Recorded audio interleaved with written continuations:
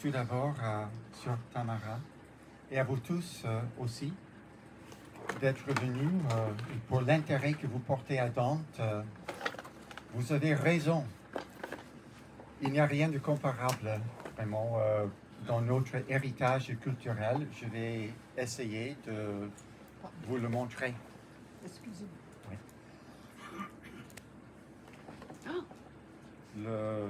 Le chemin est long. Commençons.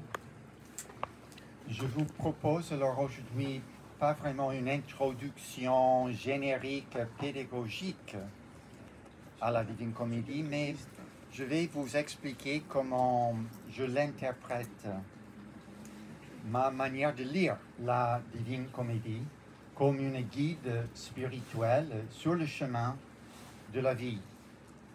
Et l'interprétation est vraiment le mot-clé.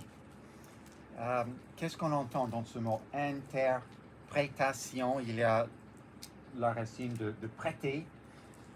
Nous nous prêtons au poème pour que le poème, en retour, prête à nous notre compréhension de nous-mêmes. Donc c'est vraiment une affaire d'interprétation, je dirais, aussi pour chacun dans l'autre monde à partir des damnés en enfer. Mais il en va de notre damnation ou bien béatitude, comment nous comprenons nous-mêmes. C'est l'interprétation vraiment qui va déterminer cela. Est-ce qu'on se comprend d'une manière conforme au jugement de Dieu, ou est-ce qu'on a sa propre idée de ce qu'on est? On va voir que pour les damnés, c'est comme ça. Non, ils veulent insister sur leur propre interprétation de ce qu'ils sont en refusant le jugement de Dieu. Je pense que s'ils pouvaient simplement admettre d'être ce qu'ils sont, en réalité, ils ne seraient pas damnés. Donc, c'est vraiment cette démarche de l'interprétation qui est décisive. Ça, je ne sais pas pourquoi cet écran revient. Ça, c'est le début de ma propre recherche sur la Divine Comédie, Dante's Interpretive Journey. Donc, c'est un voyage dans l'interprétation. Déjà, pour chaque personne vivante, mais pour Dante, de manière particulière, il nous amène sur ce voyage d'interprétation en tant que lecteur. Et donc, ici, dans ce livre, c'est une interprétation de la Divine Comédie. En même temps, c'est une théorie de l'interprétation, ce qui s'appelle l'herméneutique. De Hermès, le dieu messager qui apporte du ciel les révélations des dieux.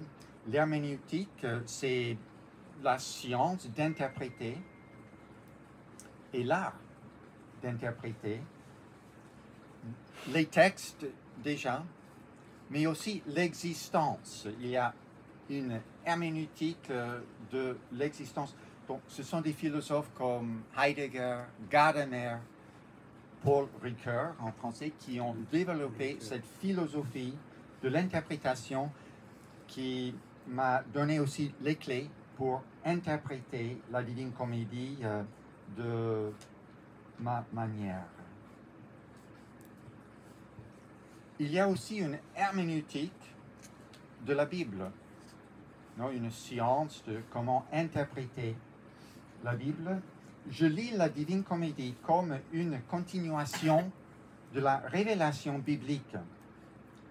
Le poème catalyse un événement de révélation de vérité opéré par Dieu ou par l'inconnu, si c'est pas chaque lecteur forcément de la Divine Comédie qui va croire en Dieu, au moins au début.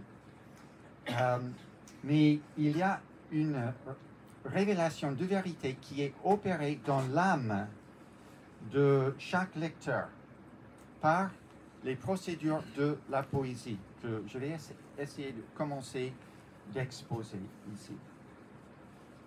La poésie, c'est une création humaine, on est d'accord, mais ça peut devenir un instrument employé par l'Esprit Saint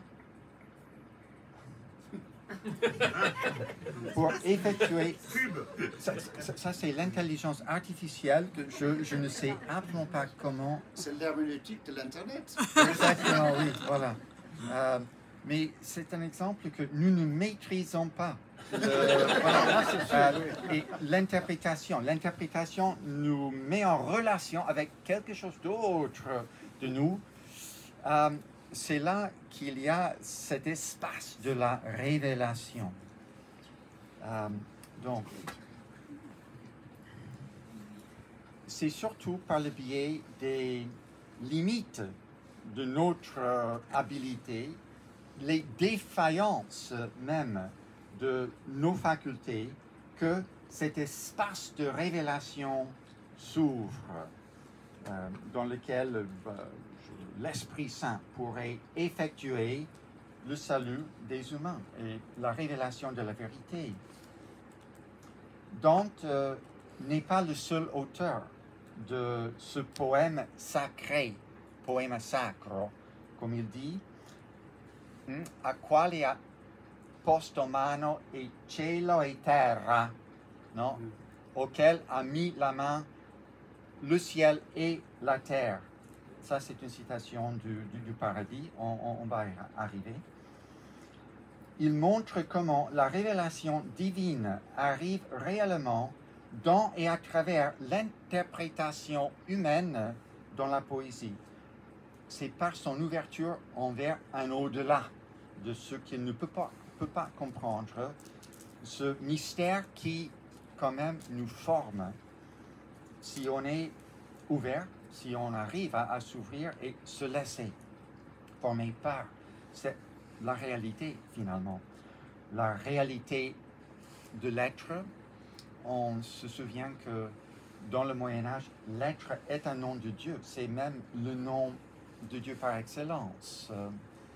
Et c'est par le biais d'interpréter notre être en rapport aux êtres des autres et à l'être même qui est Dieu qu'on arrive à même à se sauver, à se connaître en vérité. Cette démarche commence déjà avant la Divine Comédie avec le premier livre de Dante, La Vita Nuova, l'histoire de son amour pour Beatrice, qui lui apparaît la première fois à 9 ans. Il est ébloui complètement, à chaque fois, à chaque rencontre, terrassé. C'est vraiment, il se défait devant cette présence qui pour lui est une révélation de la divinité. C'est vraiment Béatrice qui transmet à Dante cette expérience du divin, de la transcendance. Oui. Et ce que je relèverai en passant de la Vita Nuova, c'est comment cette inspiration théologique de la transcendance va de pair avec la démarche de la poésie, de la technique artistique et avec la réflexion, la autoréflexivité de Dante. Il découvre ça. C'est vraiment déjà frayer le chemin de la modernité. Parfois, on pourrait dire c'est Descartes, non? Je pense donc que je suis qui est le commencement de la philosophie moderne. C'est Hegel qui lui donne un peu ce statut.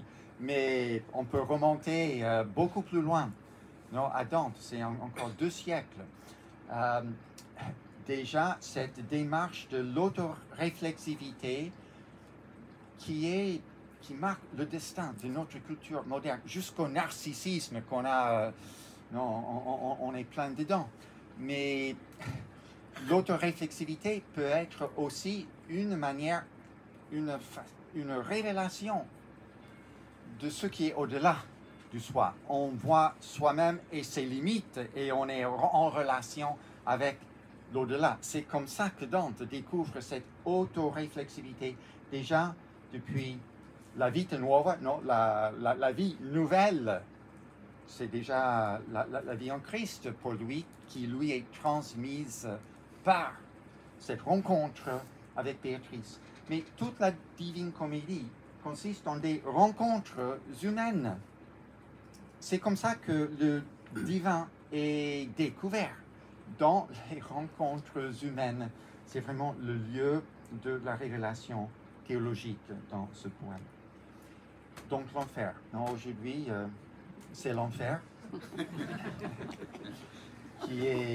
C'est une analyse théologique de notre existence humaine sous le biais du mal ou du péché. Si vous voulez comprendre en profondeur ce qui se passe aujourd'hui, tel que nous le rapportent quotidiennement les informations, alors vous n'avez qu'à lire l'enfer de Dante.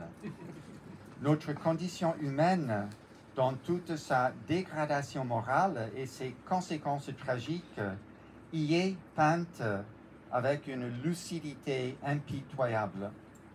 L'enfer de Dante est une psychologie du mal. Mais plus que cela, cette condition du mal humain est une révélation. Dante offre bien autre chose que ce qui court dans nos chaînes d'information. Déjà un spectacle un spectacle d'horreur.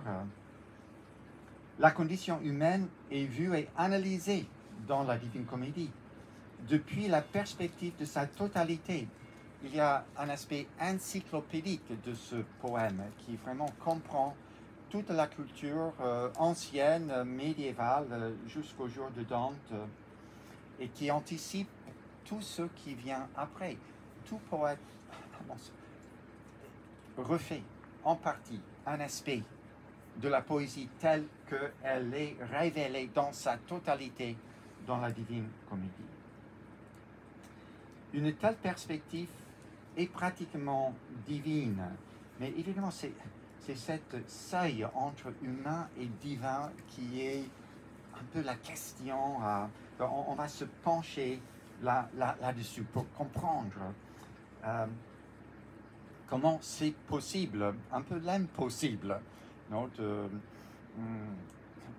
comprendre humainement le divin ou de faire passer d'un à l'autre. C'est révélation. Et la Divine Comédie est une exploration aussi. C'est pas simplement le spectacle des punitions. C'est une exploration des facultés de la poésie d'interpréter notre vie et de véhiculer la révélation théologique, de devenir révélation. C'est une anatomie de la révélation théologique, tout le poème. Mais ça commence déjà dans l'enfer. On commence alors avec in mezzo del cammin di nostra vita, au milieu du chemin de notre vie. Tout est basé sur la Bible. J'ai dit que c'est une continuation de la révélation biblique, mais actualisée dans la vie d'un sujet. En effet, le premier individu moderne, pleinement conscient de soi. Donc, ce premier vers, déjà, c'est une citation de la Bible. Indimedio dierum meorum vadam ad inferas, vadam ad portas inferi. C'est en Isaïe. les mots du roi Ézéchias. Et hop. Bon. Où est-il maintenant? Voilà, c'est le moment que je veux commencer à vous faire voir les passages. Voilà. Il y a déjà cette citation, Ézéchias qui veut prolonger sa vie. Et c'est octroyé par Dieu dans sa miséricorde. Il y a un deuxième calque biblique, c'est le 90e psaume qui dit les jours de nos vies s'élèvent, les jours de nos années s'élèvent à 70 ans. 80 pour les plus vigoureux. Voilà, ok, oui.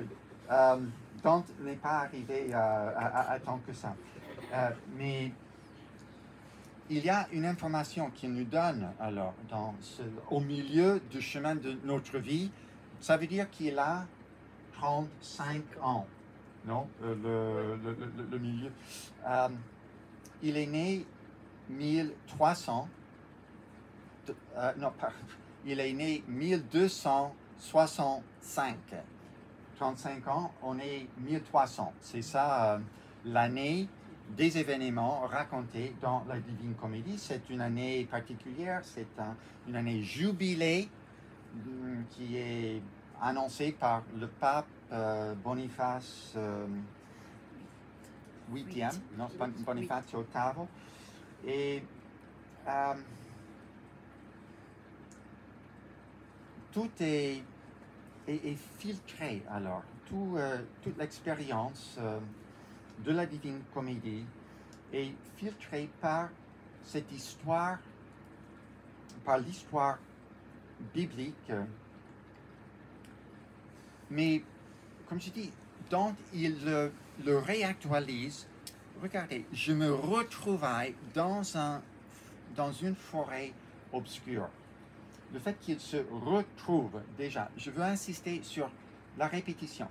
L'expérience s'est passée dans le passé, Dante écrit de nombreuses années après 1300.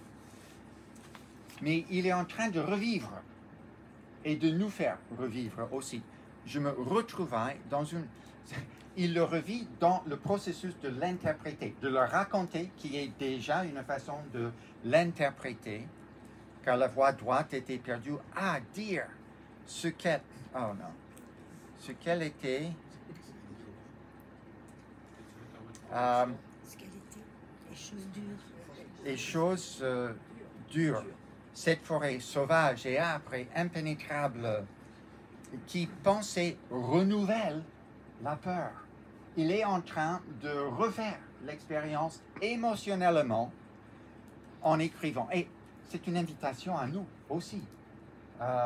Nous pouvons participer par l'émotion, qui est essentielle aussi au processus cognitif et à la révélation. Ça passe par les passions. C'est l'homme entier qui est impliqué. Il est en train de redire comment il est entre. Ce que je veux souligner, c'est que ce n'est pas simplement une histoire qui s'est passée et c'est fini. Il est en train de se dérouler là maintenant, dans l'acte de Dante de l'écrire et de nous tous de le lire. C'est vraiment le voyage à travers l'enfer, le monde, non, les trois mondes de l'outre-monde. Le drame présent de raconter et d'interpréter répète toute l'histoire passée et l'émotion, mais à un niveau plus élevé de conscience et de réflexion. Il n'a pas compris pendant les événements même, mais c'est maintenant cet événement étendu, cet événement un peu extatique, hors soi, qui complète tout le processus de prendre conscience. Et je veux aussi insister que tous les péchés sont des erreurs d'interprétation. On s'interprète soi-même comme séparé de Dieu. Je pense que je peux le démontrer dans chaque cas. Ils sont nombreux, mais et c'est plus évident dans certains. Je vais me pencher sur deux. Francesca da Rimini et Ugolino, au début et à la fin, pour montrer comment c'est leur façon de s'interpréter qui est leur damnation en ce cas-ci. Donc, la poésie actualise dans un espace de réflexion ou recueillement les mouvements moraux de notre vie.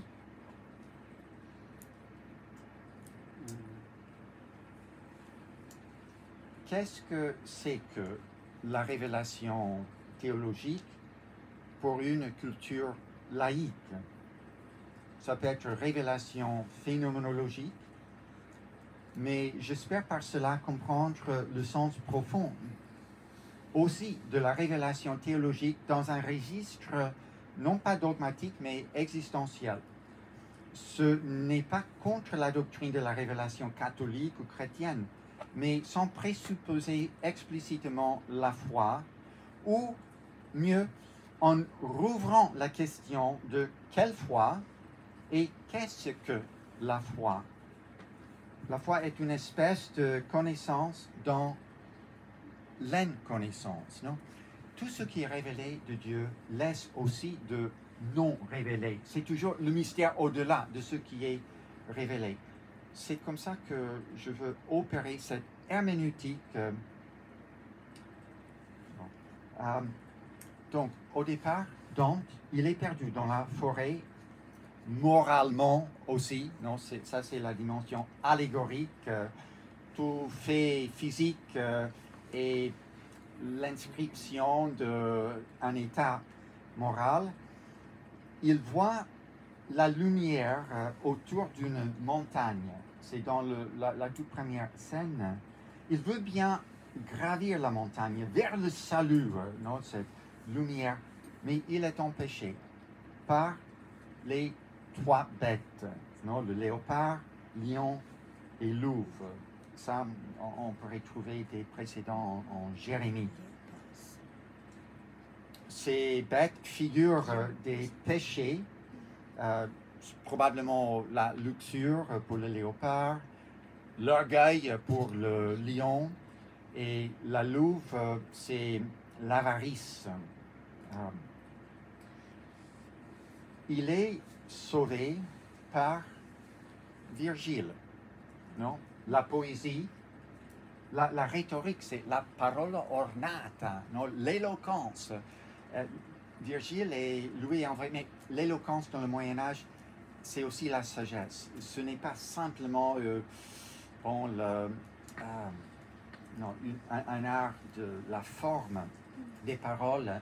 Il faut le contenu vrai, moral. Et Virgile, il représente tout ça, la raison aussi.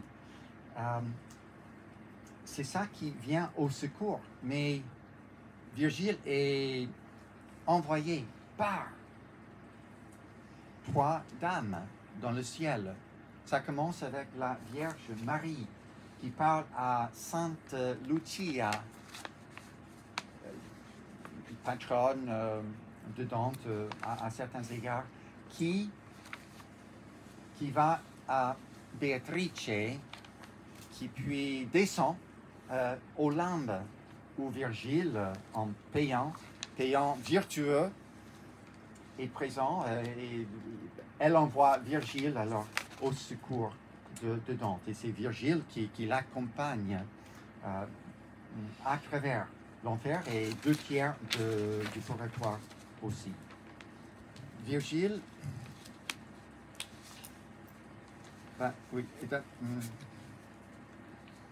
Virgile dit aussi que ces bêtes et surtout la dernière, la louve, ils vont être renvoyés, ramenés dans l'enfer.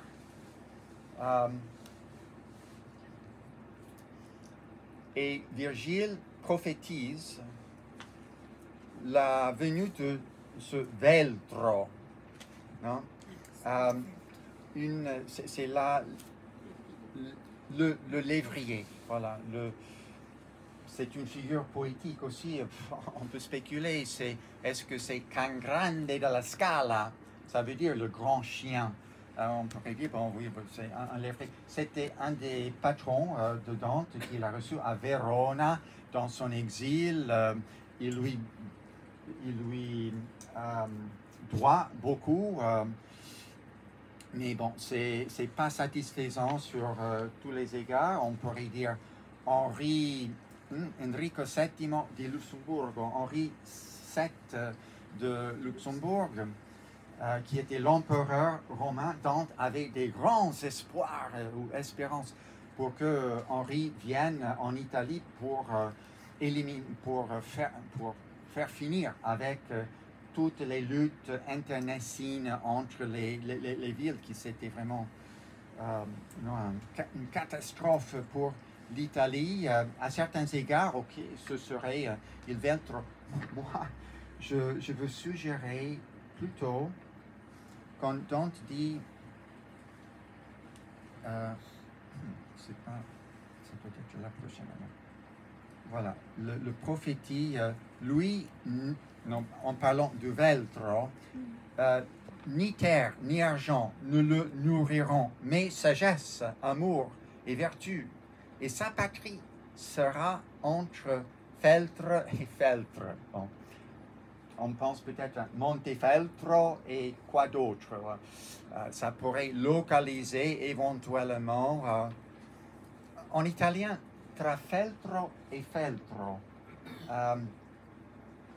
Ça veut dire, en anglais, c'est felt. En français,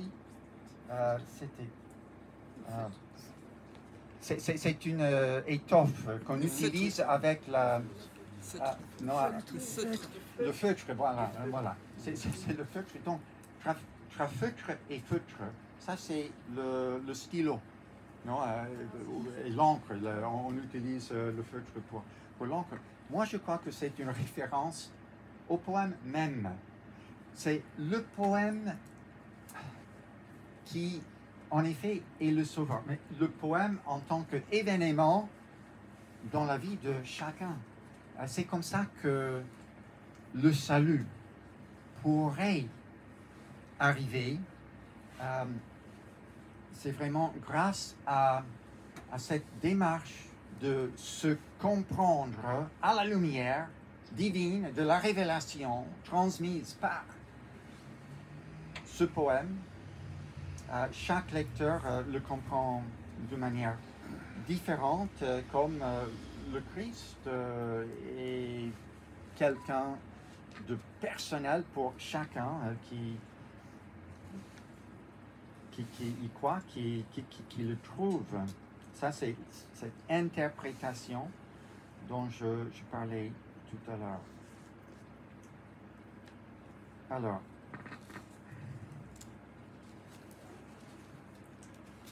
bien sûr, la poésie est une fiction, mais je pense que elle devient salvifique en tant que catalyseur de l'interprétation. Dante, il utilise la fiction épique notamment. C'est un poème épique. Il prend les voyages classiques d'Ulysse dans l'Homère et d'Énée, dans le poème de Virgile. Ce sont ces poèmes. Ce n'est que l'11e livre de l'Odyssée.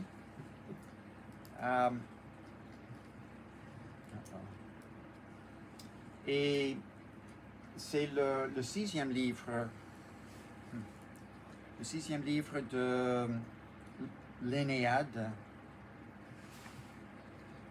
qui raconte le voyage des protagonistes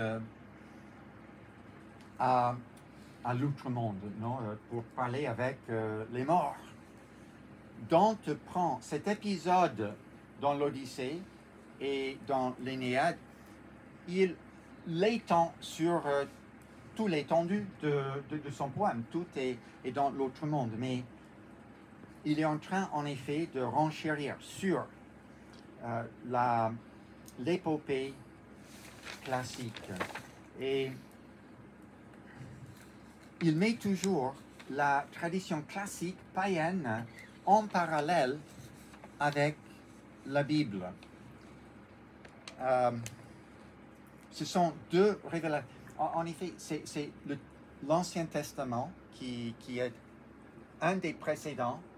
L'autre, c'est la tradition classique. Ce sont les deux révélations avant la révélation définitive chrétienne pour lui. Et là, quand il y a l'invocation, on est dans le deuxième chant, aux muses, aux pensées élevées. Remarquez comment il fusionne presque les déesses, non, l'inspiration divine avec l'intelligence humaine et genio, veramente, alto ingegno. Il communique ici et c'est la mémoire qui écrit déjà. C'est intéressant comment il objectivise l'idée de se rappeler. C'est déjà une façon d'écrire. Les moyens de l'interprétation sont déjà toujours à l'intérieur de l'expérience même. L'expérience est déjà une interprétation. Mais pour ce parallélisme, on voit que Dante, il dit à Virgile, ah bon, est-ce que je suis vraiment,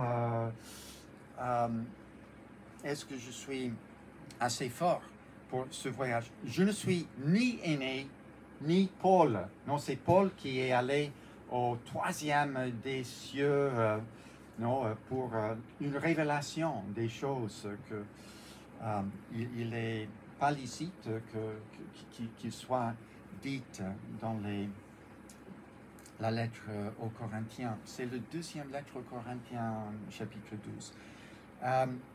Et Énée, bon, il est allé dans l'autre monde pour voir une révélation de sa descendance jusqu'à l'empereur Auguste pour savoir les raisons historiques de sa mission de s'implanter en Italie, à Rome, en venant de Troie. Ça avait une raison mondiale historique, comme Saint Paul, c'est la fondation de l'Empire et puis de l'Empire sacré romain, l'Église romaine. Moi, Dante, voilà, il pose la question. C'est ça qui provoque Virgile alors de lui raconter comment les trois femmes du ciel sont inquiétées pour lui et ils sont venus pour envoyer Virgile. Et donc, finalement, c'est au début du troisième chant qu'on entre même pas dans le premier cercle. Ça, c'est dans le quatrième chant, les limbes, parce qu'il y a une région de ceux qui sont exclus, les damnés, mais on ne les admet pas dans l'enfer. Entre autres, Celestino V, un pape qui a renoncé d'être pape, donc lui en veut cela. Ils sont les neutres qui ne sont même pas, qui ne méritent même pas d'être dans l'enfer. Ouais. Mais donc, entre quand même dans l'espace, pas le premier cercle, mais l'espace infernal, au début du troisième chant, c'est le portail qui parle directement je pense plus loin, parler des poétiques différentes de chaque cantique. Ici, c'est le réalisme direct. Et en effet, nous sommes face aux mots comme Dante. Il n'y a pas de médiation. C'est le réalisme direct quand le portail nous parle comme à Dante personnage. Par moi, on va dans la cité dolente. Par moi, on va dans l'éternelle douleur. Par moi, on va parmi le peuple perdu. Justice pour ça, mon suprême créateur. Okay? C'est la justice. La divine puissance, la souveraine sagesse et le premier amour. Me fier, amour, même amour. Voilà, c'est fait avec amour. Et c'est la Trinité. Non? Pouvoir, sagesse, amour. C'est vraiment le Dieu trinitaire qui est présent ici. Quand Dante dit « Laissez toute espérance, vous qui entrez », ça semble fataliste, donc rien plus à espérer. Mais en italien, je voudrais le lire aussi d'une autre manière. « Lasciate ogni speranza, voi qui entrate ». C'est aussi que vous qui entrez, vous laissez tout espoir. Okay? C'est parce que vous entrez dans l'enfer que vous perdez l'espoir. Ça ne vient pas de Dieu, vraiment. Mais c'est laisser l'espoir qui vous plonge dans l'enfer. Et leur sens médure, maître, c'est Dante qui le dit à Virgile, déjà ça déclenche la démarche herméneutique. Comment interpréter cela? C'est toujours la question. Et il faut toujours décoder, comprendre le réel. Après l'entrée apocalyptique, ok, ça c'est la fin alors du troisième chant. On a des signes apocalyptiques, non? La terre tremble, il est baigné encore dessous. Ça c'est l'émotion qui toujours, c'est une osmose, l'émotion du protagoniste, ça infecte ou ça influence même l'écrivain. L'écrivain est baigne encore, non? Je suis encore couvert de sueur, il revit. Et c'est là le moment de la révélation. Lumière vermeille, et je tombais comme l'homme pris de sommeil. Est-ce que c'est toute une vision, un rêve, songe, non? On pourrait dire, bon, en tout cas, ça rejoint la littérature des songes révélateurs, ce genre dans le Moyen-Âge.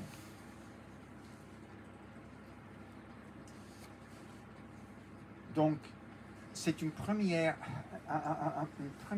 transition ici envers une première division. Je veux en effet souligner les transitions herméneutiques. Ils sont... Bon, déjà, on a ces signes apocalyptiques, donc on entre dans sur un autre niveau de conscience et aussi à un autre niveau de l'enfer, physiquement, on descend. Après ceci, le troisième, c'est le neuvième chant. Et donc, là, il entre dans les cercles de la violence. C'est le septième cercle, c'est subdivisé. Et je veux voir ça dans un instant, comment, dans cette transition, la poésie devient violente. La poésie pourrait aussi devenir violente, Dante le reconnaît, que sa poésie même. Puis la prochaine division, après les violents, c'est les frauduleux. Ça commence le 18e au 30e. Mais la transition, c'est fin 16e et 17e. Et Kant montre comment la poésie elle-même peut être fraudulente et devient vraiment... Et travaille par ce moyen pour exposer. Non, c'est la fraude qui s'expose comme fraude, c'est véritaire, finalement.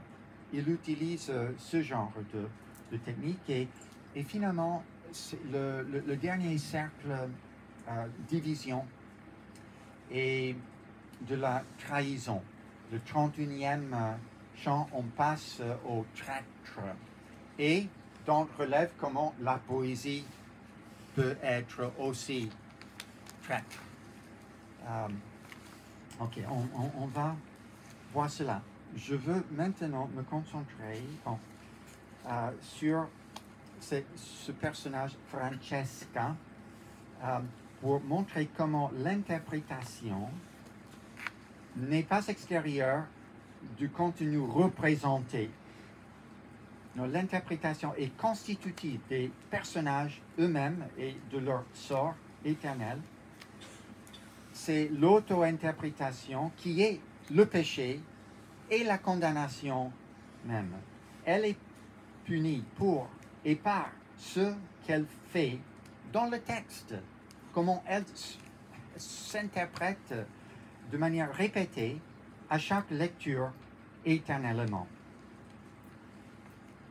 Ça, c'est le 5e chant.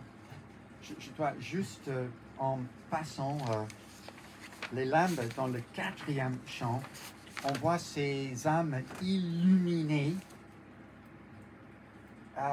C'est comme une île de lumière dans les ténèbres de l'enfer. Ce sont les esprits anciens qui sont glorieusement illuminés. Les philosophes, Aristote, Platon, aussi les poètes, la compagnie de Virgile avec Ovide et Horace et plein d'autres. Mais toute cette lumière est séparée de la lumière qui donne la vie. C'est une lumière finalement morte, séparée. Donc c'est aussi leur interprétation lumineuse qui est montrée de cette manière. Bon, ils ne sont pas punis, mais ils sont séparés. Ils ne souffrent pas, mais... Donc, on va regarder alors. Donc, Francesca est la première personnage, c'est tout petit. Alors, il y a deux possibilités. Non, oui, comme ça on perd. C'est possible comme ça? Oui. Oui. Si. Ouais. C'est bon. Alors, il y a beaucoup de premiers. Cette figure Minos, c'est un des gardiens, c'est le gardien de ce cercle, c'est le 2e cercle, c'est le 5e chant. Ce sont des espèces de démons. Il y a Cerberus, il y a Pluton, le Minotaure, toutes ces figures et on se demande, mais est-ce que Dante, pourquoi il les voit dans l'enfer chrétien? Ils ne sont pas dans la Bible. Mais ils appartiennent quand même au bagage culturel qui forme notre perception. Je parle pour les contemporains de Dante. Dans le Moyen-Âge, je pense que herméneutiquement, ils ont une réalité pour comment l'enfer est perçu.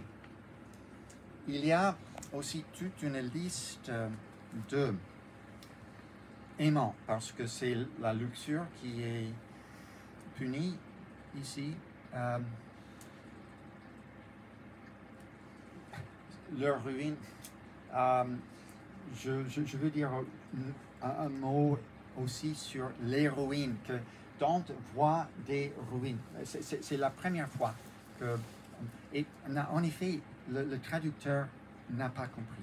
Quand il se trouve face à leur ruine, c'est la ruina, et c'est structurel. On voit où l'enfer a été endommagé.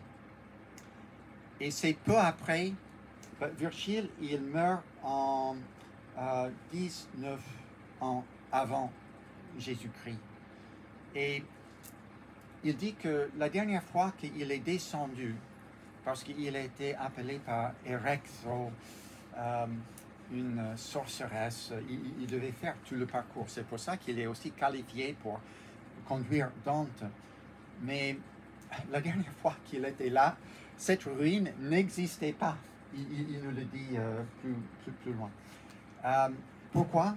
Parce que c'est dans l'an 33, donc que Christ est descendu au limbe, le tremblement de terre, on voit les traces qui sont encore là.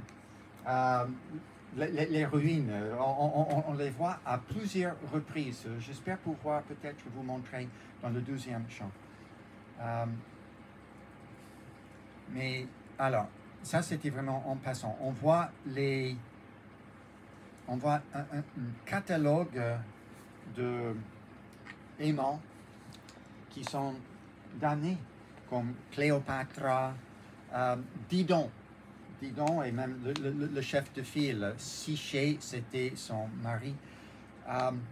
Il y a cette impératrice Séméramis. Regarde, elle succéda à Ninus et fut son épouse. Il y a un renversement, hysteron proteron, le dernier en premier. Déjà, pourquoi ça? Elle succéda à Ninus. Après son mort, elle est devenue l'impératrice. Déjà, elle était son épouse. Il y a peut-être, donc, peut-être je veux suggérer que une femme en commande d'un empire n'est pas le bon ordre des choses. Je dis ça parce que dans ce chant, voilà, vous voyez que c'est aussi les femmes finalement qui sont vraiment les grandes salvatrices, voilà. Mais le fait ici que c'est Francesca qui parle entièrement, il n'y a même pas un mot de Paolo, non, son aimant, il pleure, c'est tout. Bon, je pense que ça fait partie un peu de désordre, non, ils sont bafoués, ballottés par le vent, c'est leur passion, non, les punitions sont toujours l'externisation de l'état d'âme, de péché, qui devient alors l'ouragan en forme externe. Donc on voit tout ce catalogue, c'est toujours l'encyclopédie, catalogue des amants, et on se concentre alors. Il y a aussi Achille, Paris, Tristan, sur Francesca. Dante dit, après que j'ai entendu mon maître nommer les dames et les chevaliers de jadis, ça c'est... Qu'est-ce qui est la perception de Dante? Personnage. C'est l'auteur qui représente son propre personnage comme séduit. Il est séduit par, surtout par les discours de Francesca qui viennent après. Il a ici un regard romancé, non? Les dames, non? Les donne antiche et cavalieri, c'est ça la phrase fameuse en italien, ça devient non, le incipit de Ariosto, Orlando Furioso, l'épopée de la Renaissance part d'ici. Mais donc, il ne voit pas des pécheurs misérables. Il voit leur noblesse. Okay? Les dames antiques et les chevaliers de jadis. Pitié me prit et je fus comme égaré. Pitié. Donc, le personnage s'attribue une émotion, une passion chrétienne, de la compassion. Ok? Voilà. C'est comme ça qu'il s'interprète. Dante est en train, il s'interprète à deux niveaux. C'est déjà le personnage qui s'interprète et c'est l'auteur qui expose les fallacies, non? Les égarements, même les mensonges, non? Les inconsciences en moins du personnage. Dante, il parle, alors, il veut entendre, il est ému, il veut entendre leur histoire. Et Francesca, bon, c'est très courtois tout ce langage, mais ce qui masque un peu la réalité du péché qui est quand même exposé par le lieu où il se trouve. Francesca raconte des images de paix. C'est pas ce qu'elle vit vraiment. Son discours est discordant par rapport à ce qu'on voit concrètement dans cette situation. Elle parle le langage de l'amour courtois. Amour qui si vite enflamme un cœur tendre. Non? Pris celui du beau corps qui m'a été enlevé et la manière me blesse encore. Amour, tu vois, vous voyez cette répétition, c'est une technique poétique. Et c'est pour ça que j'ai dit que Dante est séduit par ce discours. Non? Amour nous conduisit à une même mort. La Caïn attend celui qui nous tua. Caïn, c'était Caïn, non, qui a tué son frère. Il y a 4 divisions parmi ceux qui trahissent. Tu peux trahir ton pays, tu peux trahir tes invités ou tes relations, ou bien c'est les plus grands traîtres de tous sont Judas Iscariote et Brutus et Cassius, non? Qui sont dans les bouches de Satan, tout au fond.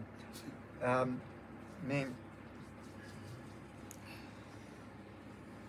Dante, je baissais la tête et la tend baissée. C'est déjà un geste qui révèle une descente. Il est en train de se submerger dans la sensualité en écoutant Francesca. Il est séduit. Regarde, il parle, voilà, tes martyrs m'attristent et m'apitoient aux larmes. Okay? Il s'attribue toujours ces sentiments de compassion chrétien. Mais dis-moi, au temps des doux soupirs, à quoi et comment amour permis, non? À qui et comment? Il y a une certaine, le rythme d'urgence, il y a une prurience même communiquée dans la langue. Il est excité par ce discours. La langue trahit ce que dans le personnage ne veut pas reconnaître, mais le poète expose comment lui, il est vulnérable à tomber dans le péché. Et en effet, tous les péchés de l'enfer, c'est toujours un miroir pour Dante et pour nous. Non, c'est pas lire. Il faut éviter, je pense, de aliéner tout ce que ça a sa vérité quand c'est rapporté à nous-mêmes et les potentiels qui sont toujours là, chez chacun. Donc, nous lisions un jour par plaisir comment amour saisit Lancelot. C'est l'acte de lire qui est déterminant pour leur damnation, pour leur sort dans l'éternité. C'est l'interprétation et même dans la forme de lire un poème qui va décider, non, de ta damnation ou pas. C'est la question qui se pose à chaque lecteur aussi. Comment est-ce que nous allons lire Francesca? On pourrait être séduit par elle. Dans le 19e siècle, il y a Francesca da Rimini, c'est l'opéra de Puccini, et il y a toute une tradition parmi les romantiques de l'exalter en héroïne, et elle est extrême, elle est héroïque. À bien des égards, ça n'empêche que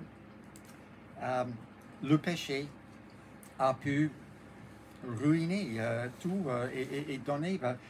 Cet héroïsme devient quelque chose de encore plus grand, mais en négatif. Et donc, c'est quand nous lûmes, c'est en lisant qu'ils sont trahis dans le péché. Galéote fut le livre et celui qui l'écrivit. C'est le personnage, le go-between entre Guenièvre et Lancelot. Geneviève, oui, ok. Et ce jour-là, nous ne lûmes pas plus avant. Bon, Lycotis, il ne le dit, non, elle ne le dit pas. Pourquoi ils n'ont pas plus lu ce jour-là? Bon, ok. Elle laisse entendre ce qui s'est passé. Et alors, Dante, il entend tout ça. Il défaillit, je défaillis comme si je mourais et je tombais comme un corps mort tombe. Non, pour moi, c'est ça un peu la clé. La lecture que je vous fais commence un peu par la fin. C'est une mort spirituelle dedans, déjà, parce qu'il est tombé dans la sensualité, dans ce péché. Et je pense que, alors, oui, ça pose la question à chacun, comment on lit. Puis, c'est pas qu'il condamne toute sensation, sensibilité. Il est poète de l'amour. Mais bon, oui, les sens et tout à travers le paradis, on va voir, la sensation est glorieuse. Mais bon, il y a aussi, ça pourrait te trahir dans une espèce de péché. Voilà. C'est un premier exemple là, de comment l'interprétation est tellement déterminante. Il y a la transition des cercles où c'est des formes d'incontinence qui sont punies. Après la luxure, il y a la gourmandise. Ça, c'est Ciacco Fiorentino. Ça sonne comme porc. Et il y a l'avarice et la colère. C'est une perte de contrôle de soi-même, incontinence. Ce sont des péchés moins graves. Ils sont dessous, c'est plus grave maintenant, au fur et à mesure qu'on descend. Et on passe un seuil dans le 9e chant, une transition herméneutique des cercles de l'incontinence au cercle de la violence. Ça, c'est plus grave. la procédure de Dante et de sa poésie deviennent aussi violents. Et alors, la Méduse, dans cette transition, Dante entre dans la ville, il voit des mosquées, et maintenant il est dans la cité. Ce n'est plus dehors, mais dans la cité de 10. C'est difficile d'entrer. Les furies ne veulent pas admettre Dante. Virgile, il va essayer de parler avec eux, il ne réussit pas. Ils sont égarés. Comment faire? Et les furies sur les remparts, menaçant Dante de devoir rester là pour toujours. Non, il ne pourrait pas passer à l'intérieur. Il serait bloqué, il serait même pétrifié. C'est la Méduse, non, il menace avec « Viens, Méduse, nous le ferons de pierre », criait-elle, les furies, toutes regardant en bas. Et bon, le Gorgon, c'est la Méduse. C'est à ce point-ci que Virgile intervient. Il intervient pas seulement par la parole.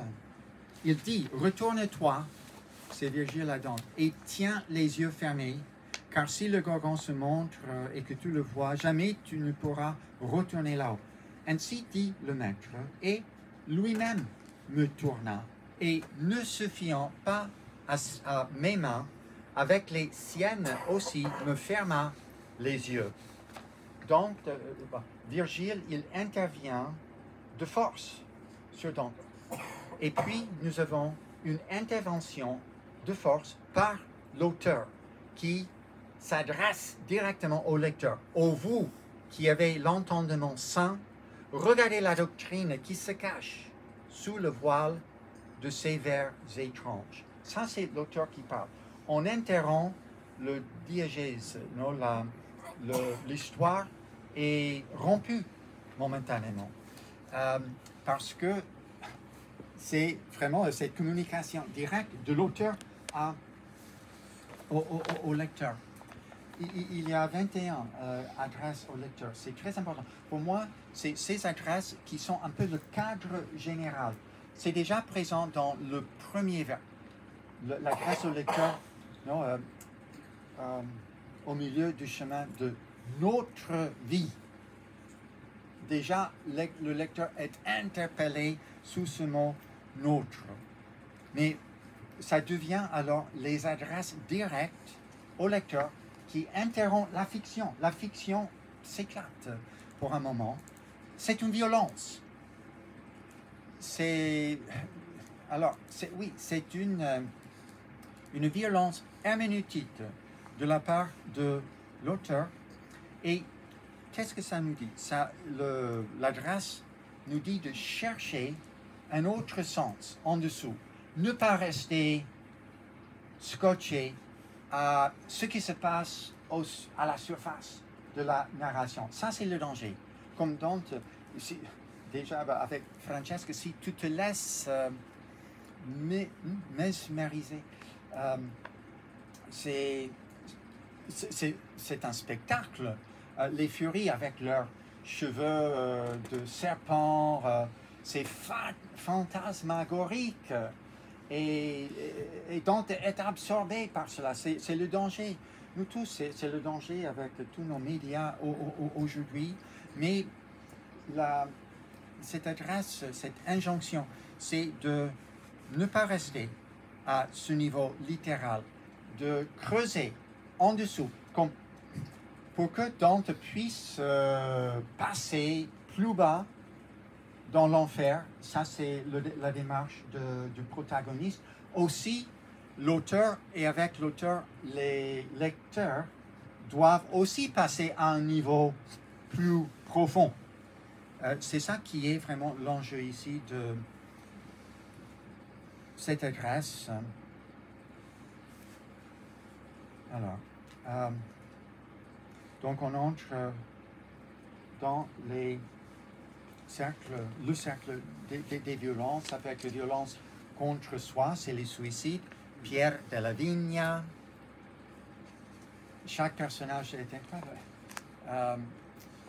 Pierre, il se suicide. Il est un rhétoricien. Il traite son corps comme si c'était une substance qu'il pouvait manipuler, comme il traite le langage de cette même manière. Bon, si on n'a pas le temps vraiment de regarder, simplement pour vous suggérer que chaque personnage a une épaisseur incroyable. Il y a Brunetto Latini, l'enseignant de Dante, c'est un humaniste qui m'enseignera come l'homme s'éterne. Tu m'enseignais comment l'homme se fait éternel dans les livres. Sia raccomandata il mio tesoro, son trésor c'est son livre. Il pense qu'il vit éternellement dans son livre.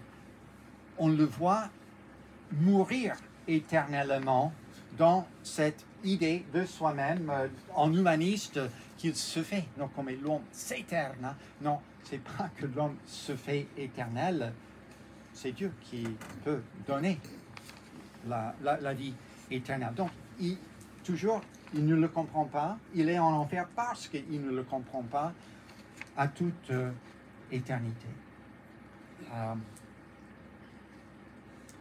Donc, j'avais mentionné là, on a référence encore à cette roche, n'était pas encore écroulée. C'est Virgile qui le dit. Je l'avais mentionné. Il parle. Virgile dit alors quand vient celui qui ravit à Dite, le grand boutin. Ça, c'est le Descensus Christi. Non? Dieu, il est venu après sa mort pour enlever les patriarches. Voilà, pour les amener. Voilà. Mais on voit ici les limites de la compréhension par Virgile de l'événement du Christ. Ce n'est pas exactement comme un héros ancien qui prend un grand boutin envahissant une ville.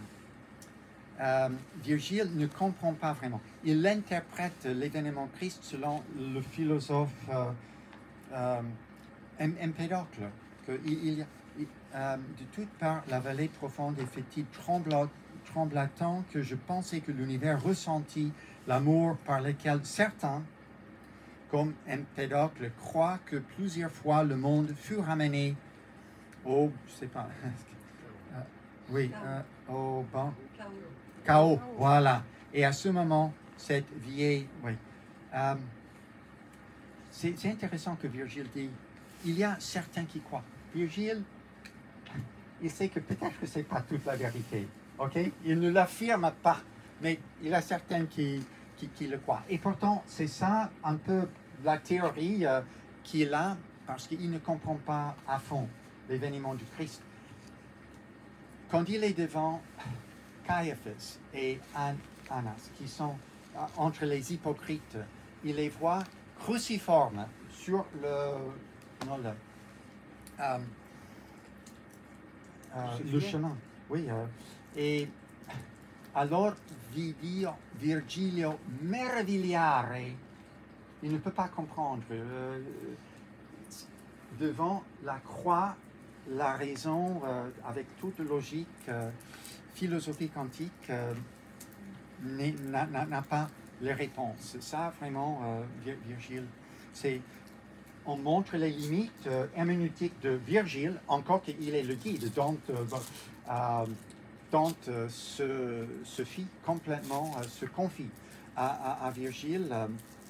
On voit les limites herméneutiques de Dante aussi, comme on a fait dans le 5e chant. Alors, le prochain transition herméneutique, c'est pour aller au cercle de Freud.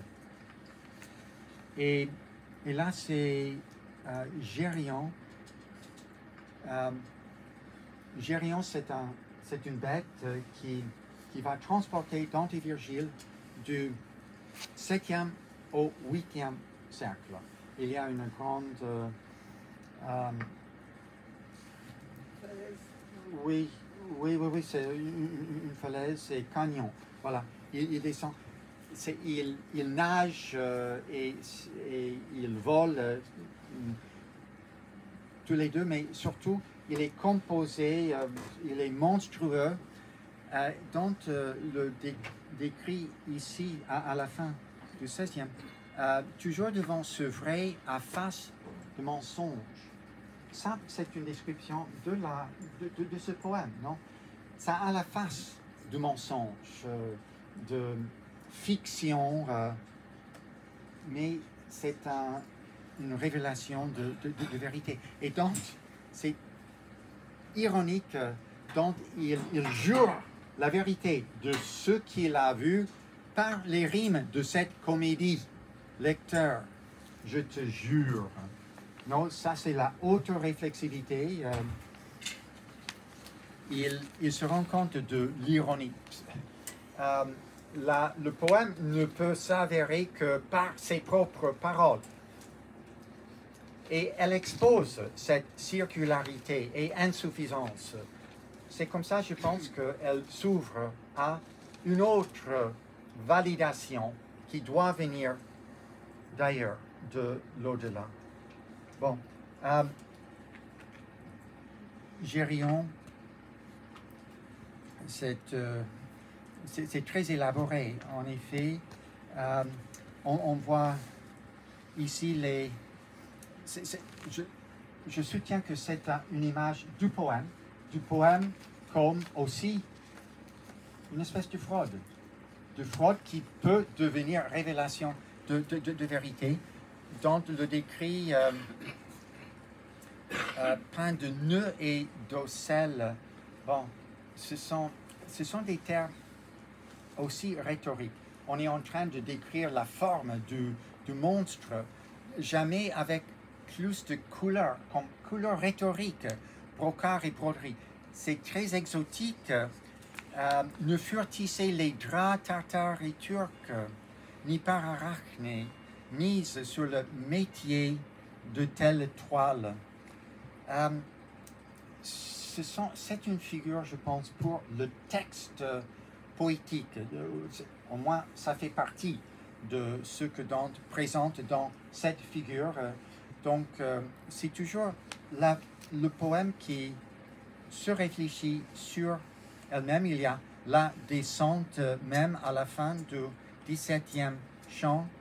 Bon, je pense que on n'a pas besoin de tous les détails. Dante est pris de peur encore, comme Phaéton, non, quand il est avec le chariot du soleil, il est tombé du soleil, du ciel. C'est ça qui a créé le désert Sahara.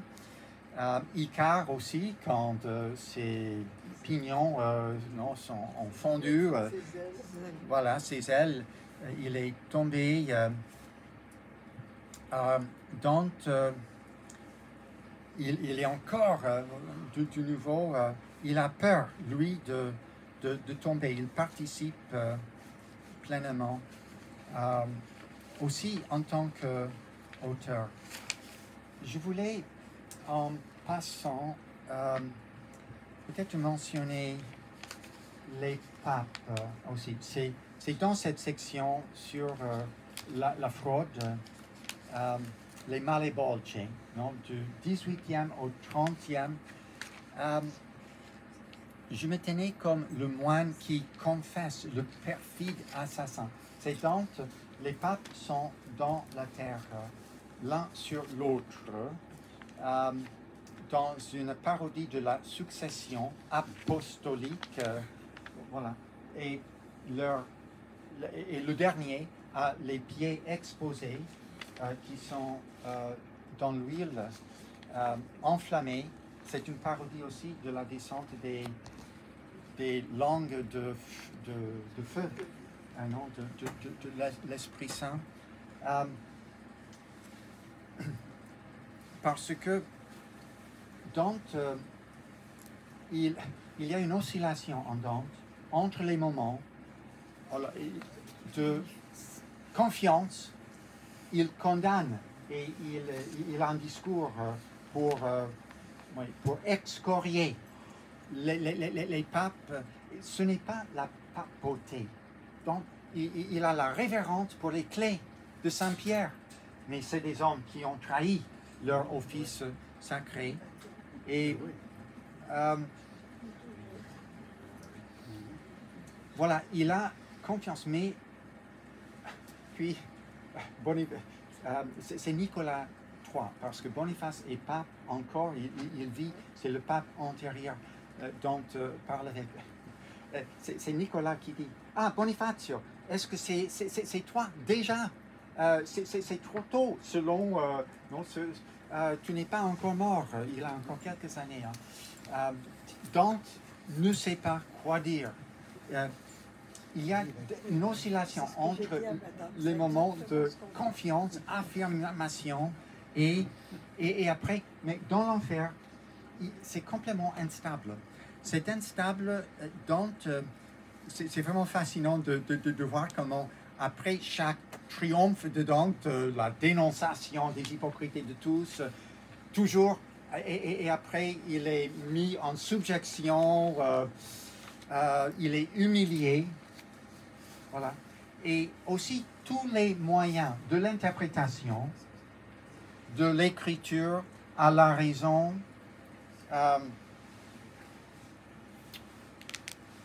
l'autoréflexion, tout ce qu'on utilise en tant qu'humain pour interpréter, tout est faillible, hautement faillible. Nous n'avons pas des instruments fiables. Et donc, le montre, c'est dans le filigrane du texte, tu vois comment c'est l'écriture même qui... Non, l'écriture, ça te trahit. Il donne des images extrêmement suggestives. La rhétorique, non? Virgile et sa rhétorique, ça aussi.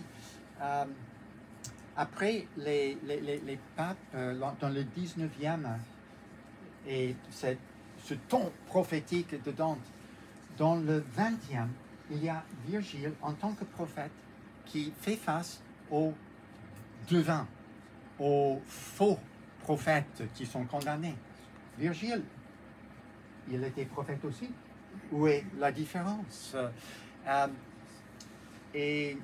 C'est très subtil. Je pense que l'interprétation de l'histoire à la lumière de la révélation ou de la sagesse philosophique c'est une forme de prophétie que Virgile a réalisée dans son poème, son épopée. Et aussi, c'est surtout dans les éclogues qu'on a sa prédiction de la naissance du Christ.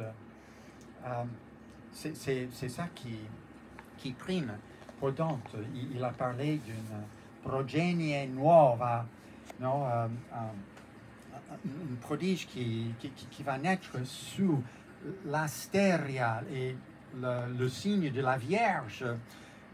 On a considéré que Virgile était prophète, mais ce que je veux dire que c'est même cette vocation prophétique est mise en question dans l'enfer. On n'a pas des moyens qui sont fiables, sauf dans l'autocritique. C'est en montrant les limites qu'on se fait redevable à une aide qui doit venir de l'au-delà. C'est ce geste d'ouverture que je pense est si important. Donc, bon, voilà, il dénonce. Par exemple, ici, vers la fin, si je trouvais les rimes âpres et rauques comme il conviendrait à ce sinistre gouffre sur lequel pèsent tous les autres rochers, j'exprimerai le sucre de ma pensée, mais je ne les ai pas. Dante avoue qu'il n'a pas les moyens. La descente dans l'enfer, c'est de pire en pire, aussi pour les instruments de l'interprétation. la langue dégénère. On a Nimrod, le géant, dans le 31e, il parle, c'est inintelligible. On montre progressivement dans la descente comment, bon, déjà, les registres, ce n'est plus ce langage courtois, noble de Francesca, ça c'était là, non, très haut. C'est le langage dans les tavernes, sur la rue, obscène, non, ça devient très crude. C'est pas systématique comme ça, mais on voit quand même cette tendance.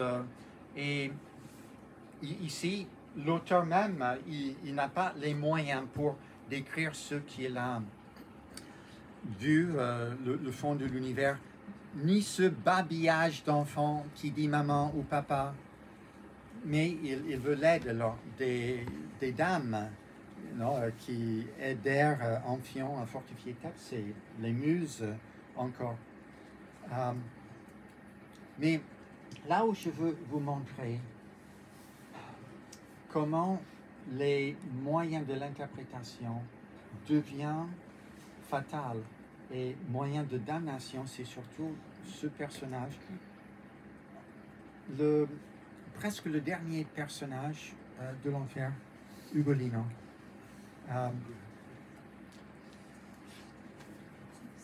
Ugolino, bon, voilà, je voulais mentionner, oui, je voulais mentionner le fait que Dante, à ce niveau profond de l'enfer, il n'est pas seulement observateur, il participe aux punitions. Entre les traîtres, ils sont gelés dans le lac Cocyto. Et déjà, Dante, c'est dit qu'il se miroite ou se miroite en tous. Perché cottanto noi ti specchi. C'est un des damnés qui dit ça à Dante. Et en effet, ce sont toujours des miroirs pour Dante, mais c'est juste après Dante a donné un coup de pied à quelqu'un qui crie « Est-ce que vous êtes ici pour vous venger encore de la bataille de Montaperti ?» Guelph et Ghibelline. Et Dante dit « Dis-moi qui vous... » « Non, je ne vous dis pas. » Et Dante commence à lui tirer les cheveux. En effet, il crie énormément jusqu'à ce que un autre damné dit « Mais che diavolo te tortura bocca ?» Ah, ok. Donc, Bocca degli Abati. Il est trahi par un autre, non, dans la même zone de Cocyto. Il est trahi. Dante connaît le nom. Mais le fait que Dante participe, l'interprétation n'est pas seulement une affaire intellectuelle, il en va aussi de notre engagement pragmatique.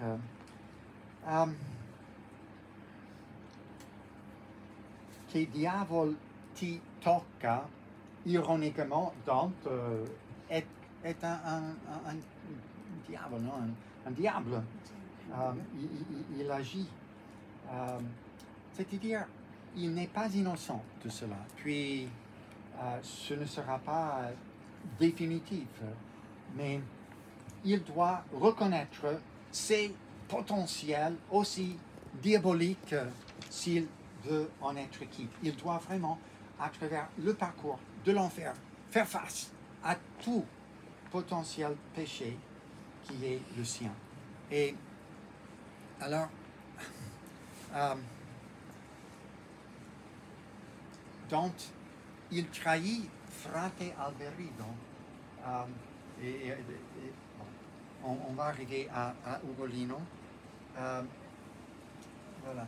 Frate Alberigo, il est gelé et il veut que Dante lui soulage en enlevant le viseur de glace. Parce que chaque fois qu'il crie, qu'il piange, non? Qu'il pleure, ça immédiatement c'est gelé. Dante dit oui, d'accord, je le ferai, et sinon que on m'envoie jusqu'au bas de l'enfer. Bon, déjà, il va aller donc et à la fin, quand il a compris qui est Frate Alberigo, il ne le soulage pas. Il dit c'était cortésia d'agir comme ça, mais il trahit. En effet, donc, le trahison, regardons surtout Ugolino. Maintenant,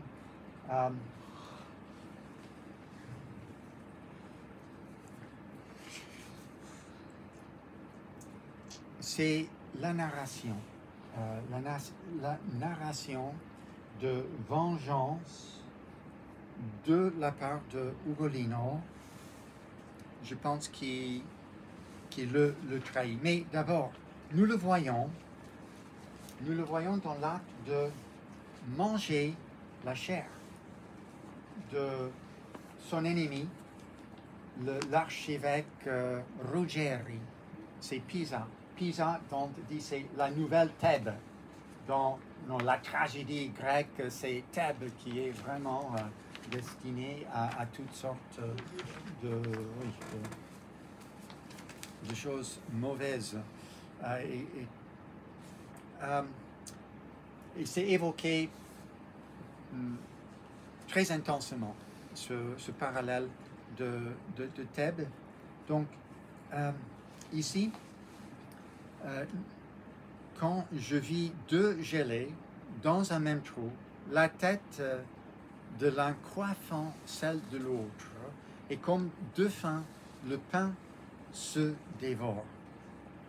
Celui du dessus planta ses dents dans l'autre, là où le cerveau se joint à la moelle épinière. Et donc, en parlant, il dit « Ô toi qui montres par un signe si bestial », c'est un signe, se manger la chair de l'autre, comme si c'était du pain. En effet, c'est une parodie de l'Eucharistie, en négatif, que Dante voit ici. C'est la haine qui est incarnée par ce geste. Et Ugolino, il veut que Dante raconte ce que Ruggieri lui a fait, à lui et à ses fils. Son propos, son but, c'est la vengeance, donc, contre Ruggieri, que sa version de ce qui s'est passé sera reçue, entendue, que le monde d'en haut se rendrait compte, et Dante lui promet de faire cela si il trouve que Ugolino ait raison. Alors, Ugolino, il leva la bouche du sauvage repas, ce pêcheur, l'essuyant aux cheveux de la tête dont il avait dévasté la nuque. Puis il commença. « Tu veux que je ravive la douleur de désespoir qui m'oppresse le cœur, rien qu'en y pensant, avant même d'en parler. » Ce topos, encore que ça ravive toute la douleur. Ça remonte, c'est déjà le raconte de Énéas devant Didon. il dit, ah, renouveler dans tout cela. Mais bon, et déjà, Ulysse lui-même, il y a ce topos. Mais si mes paroles peuvent être semences qui fassent fruit d'infamie pour le traître que je ronge, tu me verras tout ensemble parler et pleurer. Ok. Ça, c'est le but de Ugolino. Je veux suggérer que il ne comprend pas, il ne comprend plus ce qui se passe dans sa propre tragédie parce qu'il est fixé par cette narration. Ça a un sens figé. Ça, c'est toujours un danger avec la narration. C'est un danger avec la narration de Dante. C'est pour ça que j'insiste sur les moments d'ouverture où le sens vraiment reste à nous les lecteurs qui sont adressés à des terrifiés par ce qui arrive. Il perd sa capacité humaine de réagir avec compassion. Il devient pierre, littéralement. Et il ne comprend pas vraiment comme les fils. Les fils disent en pleurant, pourquoi nous regardes-tu ainsi, Père? Qu'as-tu? Ils sont en train de mourir par la faim. Et les fils dirent, Père, pour nous ce serait moins de douleur si tu nous mangeais. Tu nous as vêtus de ces misérables chairs, dépouille-nous de celle-ci. C'est un geste christique. Ugolino ne le comprend pas. Je ne dis pas que c'est évident. C'est pas tout le monde entre les commentaires qui le voit comme ça, mais on peut quand même entrevoir ce geste christique du part des fils.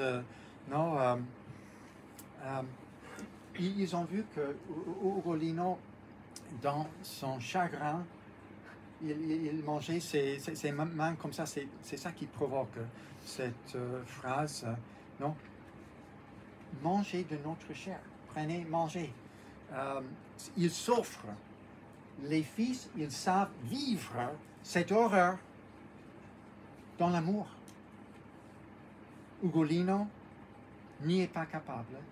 Et c'est sa narration, en effet, qui est l'instrument de cette incapacité. Mon père, pourquoi tu ne me secours pas? M'abbandoni, c'est plus proche de l'évangile en italien.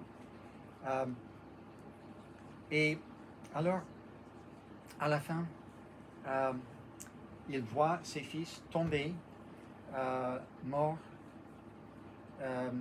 déjà aveugle, lui, je pense peut-être par la faim. Je commençais déjà aveugle à toucher à tâtons chacun d'eux, les appelant après le mort, 2 jours durant, puis ce que douleur ne put, la faim le put. Ça, c'est la conclusion du discours de Ugolino. On ne sait pas trop bien comment l'interpréter. Ça veut dire qu'il est mort? Non. La douleur ne pouvait pas le tuer, finalement, il est mort. Probablement, c'est ça que Ugolino veut qu'on entende. Mais sa propre narration, on dit, malgré lui et ses intentions, suggère un tout autre sens que ce que la douleur ne put, la faim le put. Finalement, il a mangé, il a cannibalisé, il a mangé ses fils. La narration le trahit son intention. Il est trahi lui-même par sa propre narration. Je crois que c'est ça que Dante, je ne sais pas jusqu'où tout est conscient, mais dans la génie de la poésie, il y a cette suggestion que la narration dit l'opposé de ce que le narrateur voulait dire. Ça vaut pour Dante aussi. Et il faut qu'il avoue cela, que ce n'est pas son intention qui compte finalement, La narration a sa propre vie. Ce n'est que Dieu qui puisse en faire une vie éternelle de cette narration. Ce n'est pas Dante et ce qu'il veuille communiquer, mais la poésie est une offre ouverte, libre. Le travail de l'Esprit Saint pourrait trouver son lieu d'opportunité. Alors, donc, ce n'est pas le biais de subvertir tous ses propres moyens de pouvoir saisir le divin dans la littérature que Dante permet à l'esprit d'opérer la révélation dans le cœur du lecteur au-delà de ses propres pouvoirs. Et premièrement, en lui qui interprète son expérience en l'écrivant. Voilà. Est-ce que, si vous tenez encore un petit moment pour en sortir de l'enfer. Oui. Ok, voilà. Alors, oui. Alors, c'est le tout dernier, le temps quatrième. La sortie de l'enfer se passe par un pivot sur le corps de Satan, au nombril, non, au milieu. Dante et Virgile, ils voient le torse de Satan et les trois têtes, les trois bouches avec ces trois pêcheurs. Voilà. Ils voient ça et bon, il y a plein d'allégories, ça aussi, c'est une parodie de la Sainte Trinité. Mais pour en sortir, alors, Virgile dit à Dante de mettre ses bras autour de son cou. Virgile a besoin des mains libres. Ce n'est pas la première fois. C'est très touchant, l'histoire entre Dante et Virgile. Comme j'ai dit, au début, il était envahi pour sa parole ornata, la rhétorique. Mais au fur et à mesure, ça devient plutôt la présence physique, silencieuse de Virgile qui compte pour Dante plus que ce qu'il dit. Et en effet, j'ai mentionné ce 20e chant où Dante ironise un petit peu. Il dit, ok maître, assez des discours. Regardons, il y a la dialectique entre la parole et la vue, et qui devrait être véridique, et pourtant aussi la vue n'est pas véridique toujours dans l'enfer. C'est ça, quand j'ai sauté plutôt la dernière transition herméneutique à la trahison avec les géants, qui semblent être des tours. Déjà, Dante voit des tours, ces géants, les géants qui ont trahi les dieux dans leur révolte. Mais Virgile, même ses discours sont relativisés par Dante. Mais Virgile, quand même, c'est vraiment, il suffit entièrement. Et Virgile, alors, avec Dante sur son cou, il il s'agrippe au touffu, non, les poils de Satan, cette bête, et il descend. Voilà, il descend les Zang, c'est vraiment le milieu.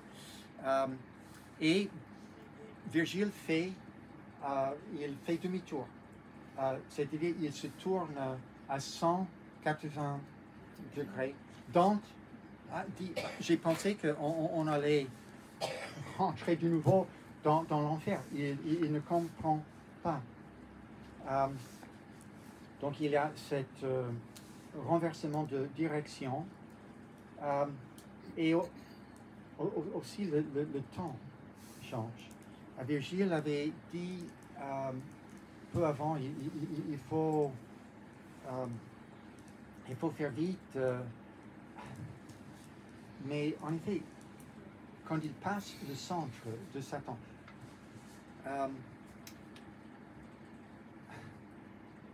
il gagne 12 heures parce qu'il change d'hémisphère. Et il n'est plus le soir, il est le matin. C'est une des questions. Voyons si... Lisons ce texte de...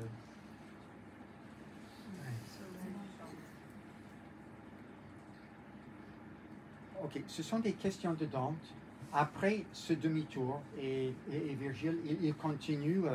Dante, où est la glace déjà? Parce qu'il pense, nous sommes entrés de nouveau, mais où est la glace? Et celui-ci, comment s'est-il fiché sens dessus, dessous? C'est-à-dire maintenant, il voit les jambes de Satan. Non? Satan... Satan, quand il a été hurlé, jeté par l'archange Michel d'en haut, il est entré dans la terre, et en effet, c'est du sud. Les directions aristotélienes sont l'opposé de notre. C'est le sud qui est en dessus. Satan arrive du sud, il pénètre la terre jusqu'au centre. La terre est repellée et repoussée. La terre est repoussée. C'est ça qui crée la cavité, la caverne de l'enfer. La terre qui fuit devant cette présence du mal, ça crée l'espace de l'enfer que Dante et Virgile ils sont descendus. Et cette terre se regroupe sur l'hémisphère sud pour former la montagne du purgatoire. Satan, il est alors au centre. Et le soleil est passé du soir au matin. Alors lui à moi, tu imagines encore être de l'autre côté du centre, où je me saisis du poil de l'horrible ver, non, c'est Satan en tant que ver, qui perce au serpent le monde. Tu y étais tant que je descendais. Quand je me retournais, tu passas le poing pressé de toutes parts par tous ceux qui pèsent. Et maintenant tu es sous l'hémisphère qui est opposé à celui que couvre la terre ferme. Ça, c'est l'hémisphère du nord avec Jérusalem en tête. Et sous le sommet duquel fut mis à mort l'homme qui naquit et vécut sans péché. Ça, c'est le Christ. Et Jérusalem, bon, Bethléem. Oui. Donc, ce sont des explications de géographie cosmique que Virgile donne. C'est très précis. Quand Dante entre dans l'enfer avec Virgile, il dit que les animaux prenaient leur sommeil. C'est 6 heures le soir de Vendredi Saint. Il y a 24 heures, ils prennent 24 heures pour descendre jusqu'au bas. Et il faut 24 heures encore pour remonter.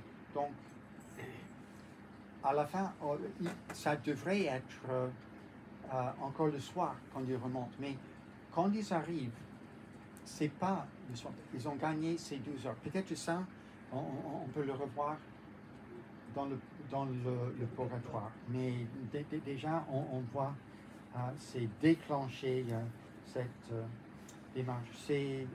C'est vraiment incroyable, la précision, tout détail est pensé avec une cohérence complète du début jusqu'à la fin. Et bon, voilà, ça. Je suppose que ça, voilà. Mais s'il y a un peu de temps pour des questions, ce serait...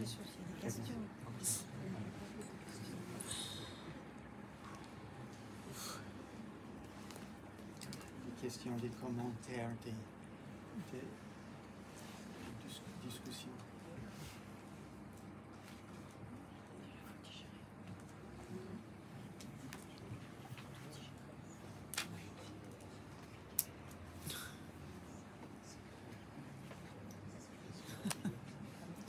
Dans un mois, dans moins qu'un mois, oui, dans moins qu'un mois, ce Je sera crois qu'il faut le temps de digérer. Oui. Et puis de lire, de relire, le temps de lire, de relire. Oui, Oui, de le relire Sous d'une l'éclairage autre de façon. tout ce que tu nous as dit.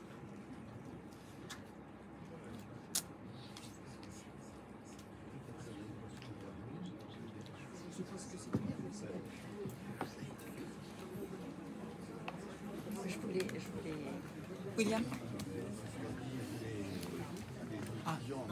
allez-y. Oui. Allez-y. Moi, je voulais dire que ce qui m'a intéressé dans ce que vous avez dit, c'était que je me suis inscrite par hasard à un cours des Beaux-Arts qui avait comme thématique la Divine Comédie de Dante. Et je voulais faire ce parcours puisque j'ai pensé que c'était un parcours. Et quand j'ai commencé par l'enfer, c'est vrai que je ne comprenais pas grand-chose. Et au fur et à mesure, c'était pour moi très personnel. Alors j'en ai fait une interprétation personnelle, mais c'était, très passionnant, on va dire, et ça me lâchait pas. Et j'ai croisé un dominicain que j'aime beaucoup, qui maintenant est à Montpellier, et quand je lui parlais un peu de ce que je faisais et où j'en étais, il me disait « Oh, sors de là, sors de là !» Il disait « Passe au purgatoire !» Et j'ai dit non, il faut que j'aille jusqu'en bas. Et donc, j'ai continué, je lui ai montré, et puis il m'a dit que c'était bien, quoi, parce que je ne voulais pas lâcher. Et ce que je voulais dire aussi, c'est que dans ce cours, il y a beaucoup de personnes, c'est à Marseille, et le sujet, moi, je ne le connaissais pas. Mais je crois que personne ne le connaissait, en fait. Et il y a beaucoup de personnes qui ont dit « Ah, mais c'est la religion, c'est l'Église, moi, je ne connais rien, je ne veux pas. » Et le professeur a dit « Mais c'est très important de faire ce parcours, parce que c'est un parcours personnel que vous pouvez faire, et qui est un parcours qui fait connaître la vie, qui est très important pour la culture. » Et je me rends compte que les gens avaient du mal. Alors, ils font un petit démon à droite, à gauche. C'est pas une critique, parce que moi, j'ai commencé comme ça aussi. Et en fait, il faut vraiment rentrer dedans pour y trouver le bénéfice, quoi. Je crois que c'est ça. C'est très intéressant, tout ce que vous dites. Et en effet, c'est le purgatoire où les beaux-arts sont vraiment à l'honneur. On a beaucoup moins de ça dans l'enfer et dans le paradis aussi.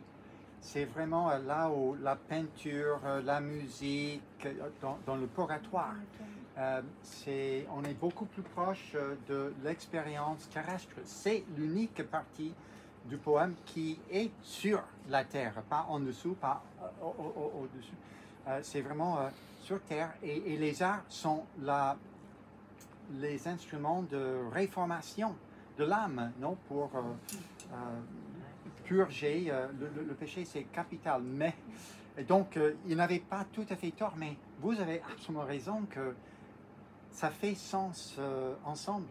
Il faut vraiment toutes les parties. Il faut descendre jusqu'en bas, comme pourquoi le Christ il doit mourir, humilié, torturé. Si on veut être sauvé entièrement, il faut aller aussi à l'autre bout. Donc c'est vraiment dans l'ensemble que le poème prend le plein de son sens. Vous avez eu vraiment raison, je pense, à insister sur la descente jusqu'au bout.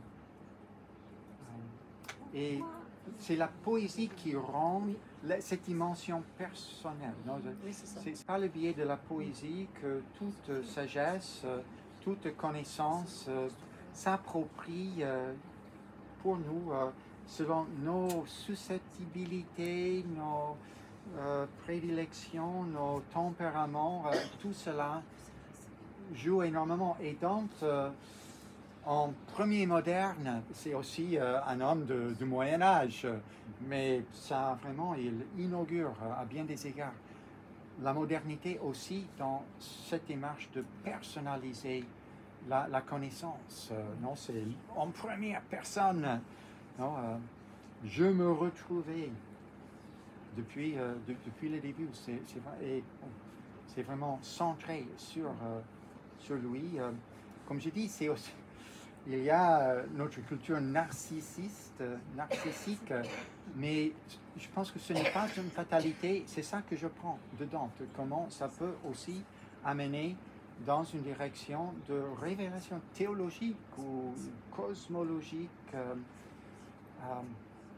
Et nous avons besoin de cette correction, je pense, dans notre modernité oublieuse de la transcendance qui est si forte chez Dante. Pourquoi avoir commencé par l'enfer?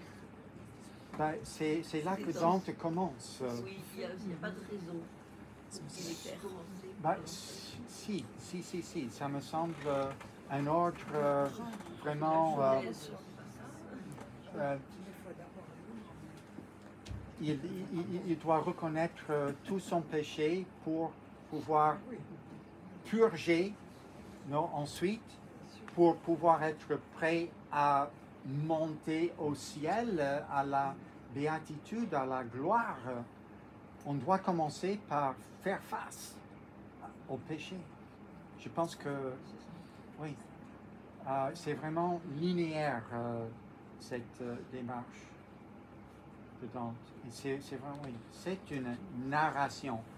Et même si j'ai focalisé les dangers de la narration à la fin, c'est génial que Dante le fait tout en s'appuyant à 100% sur la narration pour raconter son histoire et pour créer sa révélation aussi.